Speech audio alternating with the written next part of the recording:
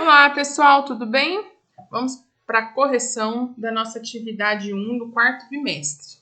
Vocês tiveram que fazer a sequência 2 do caderno azul, Aprender Sempre, volume 2, tá? Então, eu vou fazer a correção. Quem ainda não fez a atividade pode fazer ainda e me enviar. E quem já fez, faça a correção, ok? Vamos lá, gente. Sequência 2 é a página, deixa eu ver aqui, 8. Texto para as próximas 5 questões. O texto a seguir foi extraído do livro de memórias do escritor e jornalista carioca Carlos Heitor Coni.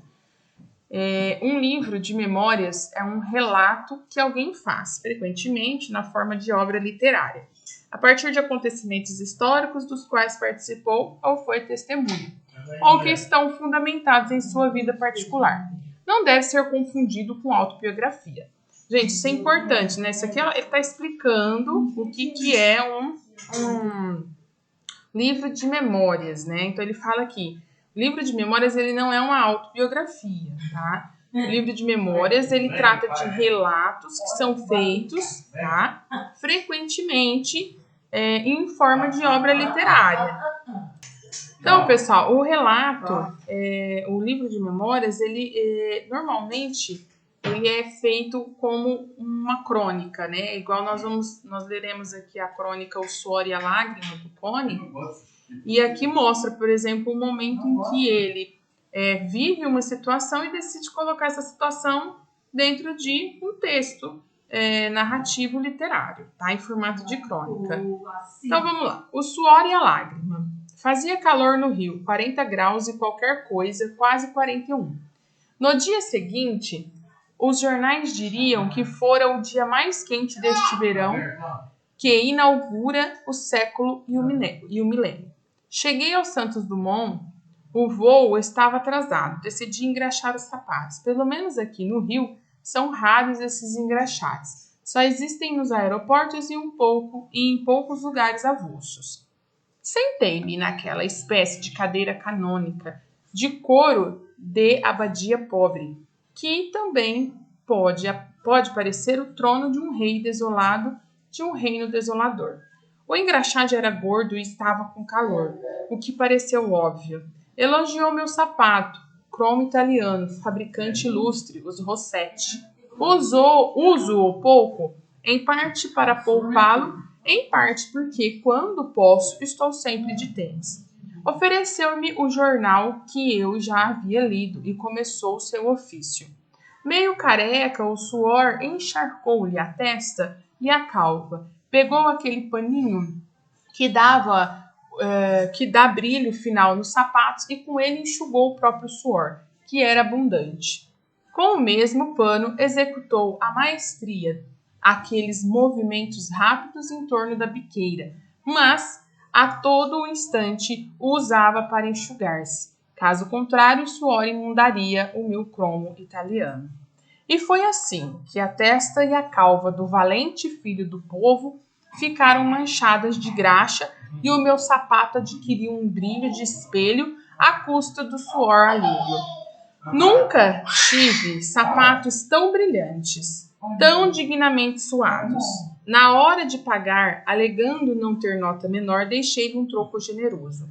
Ele me olhou espantado, retribuiu a gorjeta, me desejando em dobro tudo o que eu viesse a precisar no resto dos meus dias. Saí daquela cadeira com um baita sentimento de culpa. Que diabo, meus sapatos não estavam tão sujos assim. Por 45 míseros tostões fizeram o filho do povo suar para ganhar seu pão. Olhei meus sapatos e tive vergonha daquele brilho humano salgado como lágrimas. Vamos lá, pessoal, a questão 1. Bom, o texto, só para comentar um pouco, né? Mas então, falei para vocês, trata-se de uma crônica. O que é uma crônica? Vamos só dar uma relembrada. A crônica é um tipo de narrativa curta, né? Bem, normalmente não passa de uma folha. E nela vão aparecer fatos do cotidiano, só que sendo contados com um olhar mais reflexivo, né, do cronista. Então, o que o Coni foca aí nessa crônica? Eu entendo que a diferença social, né, gente? Ele que tem aí uma situação melhor, né? Vamos colocar assim, diante da sociedade economicamente falando. E o engraxate, né? Que tem uma situação menos favorável, né? Vamos lá. No título do texto, os termos suor e lágrima extrapolam o sentido literal e podem ser interpretados respectivamente como. Vamos relembrar isso também, sentido literal e sentido figurado. Ou também podendo ser usadas palavras conotação e denotação. Vamos lembrar a conotação. Toda vez que nós ouvirmos, esse termo foi usado no sentido conotativo. O que é isso, né, gente? É quando nós utilizamos o termo ou a expressão no sentido figurado. Sai fora do significado real, do significado dicionário da palavra. Aqui, suor e lágrima, né, não está falando quando aqui, por exemplo, olhei meus sapatos e tive vergonha daquele brilho humano salgado como lágrimas. Aqui ele está comparando o suor, que nesse caso aqui está literal, né? Com o lágrimas, que nesse caso aqui exprime a dor, né? O sofrimento de quem estava ali, né? Trabalhando debaixo daquele sol, enfim, né? Então, as palavras, elas podem adquirir tanto sentido figurado quanto sentido literal. Então, vamos lá. Lembrando, denotativo. Toda vez que eu usar no sentido denotativo, quer dizer que eu estou no sentido literal. Dicionário, denotativo, lembra do denotativo, lembra do D de dicionário.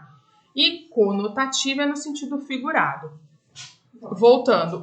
No título do texto, os termos suor e lágrima extrapolam o sentido literal, ou seja, vão para o sentido figurado. E podem ser interpretados, respectivamente, com, vamos lá, suor.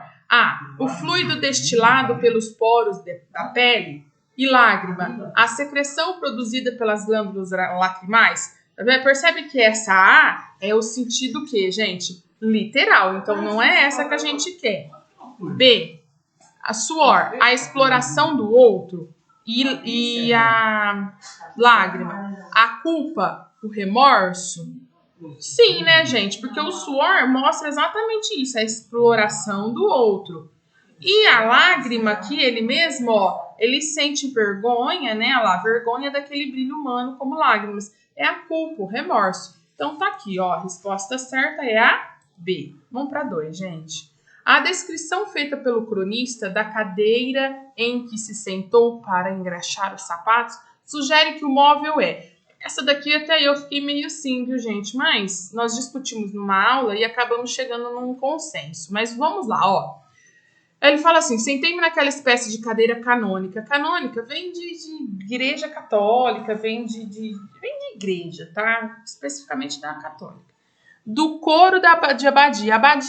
Do coro de abadia pobre. Abadia também é um lugar, né? Como se fosse uma igreja, mas que não existe ali frequência de pessoas, né? É um lugar reservado, conservado pelo clero, pela igreja católica, tá? E só que olha só, abadia pobre, né? Que também pode parecer o trono de um rei desolado ou um reino desolador. Isso quer dizer também que o rei desolado é aquele que perdeu o reino, né? E o reino desolador, né, significa o quê? Que não tem mais riqueza, não tem mais nada, né? Então vamos lá. Era muito antiga a cadeira? Uma relíquia bem conservada da antiguidade? Não, né? B, tinha várias funções e atendia muitas necessidades? Também não. Era velho e estragado? Seu estado podia indicar pobreza do engraxate? Aqui, né, pelo estado velho, por até ele fazer uma comparação aqui com as cadeiras canônicas, né? E por ser estragado, não fala, né, gente? Que é estragado. Era velho e estragado, né? Mas diz que seu estado podia indicar a pobreza do engraxate. D, era novo, muito confortável? Não. Era moderno? Não. Então, assim, por eliminação, vai a C, tá? 3. O enunciador do texto, parte de um acontecimento prosaico, comum, ordinário, que o faz refletir. Assinale a opção que expressa o acontecimento ocorrido no texto que o leva a essa reflexão. Então, tem um acontecimento no início aqui do texto que é um acontecimento comum, especialmente no Brasil, né? Ele começa a falar do calor, mas o calor não é um acontecimento, né, gente? E aí ele continua falando aqui, e aí ele inicia aqui, ó, cheguei ao Santos Dumont, o voo estava atrasado, que é um acontecimento comum, né? Então, vamos lá. O forte calor que fazia no Rio de Janeiro levava as pessoas a suar. Esse não é um acontecimento, tá, gente? O atraso da aeronave onde o enunciador viajaria, sim, esse sim é um acontecimento. Tá? Então, é a B. 4. Atente ao que se diz o enunciado seguinte. Olhei meus sapatos e tive vergonha daquele brilho humano salgado como lágrimas. Por que o cronista sente essa vergonha? Então, gente, foi aquilo que eu falei, né? Essa vergonha vem da desigualdade social que ele percebe, né? Então, ele sente, na verdade, ele sente vergonha da desigualdade social por ele vivenciada, né? Ou seja, ao engraxar os sapatos ali, né, com aquele engraxate, ele estava numa situação muito melhor, né, com sapatos de couro italiano e tal, né? E o outro ali suando, enxugando suor com o paninho de dar o brilho. Então, a desigualdade social que ele ali enfrenta, né, estando ele numa situação muito melhor e o engraxate em uma situação muito, né, a desejar. 5. Atente à caracterização do engraxate. Segundo o cronista, ele era gordo e calvo. Essa caracterização está, de algum modo, relacionada com as ideias principais do texto, pois é a calvície do engraxate que chama a atenção do cronista, levando à reflexão sobre a exploração do trabalho. Na verdade, essa tá certa, porque quando ele fala aqui, olha,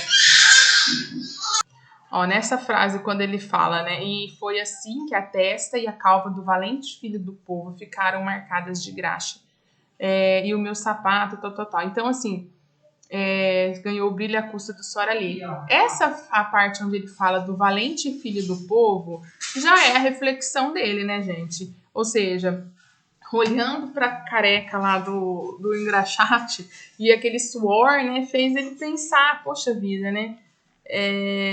Aqui, ó.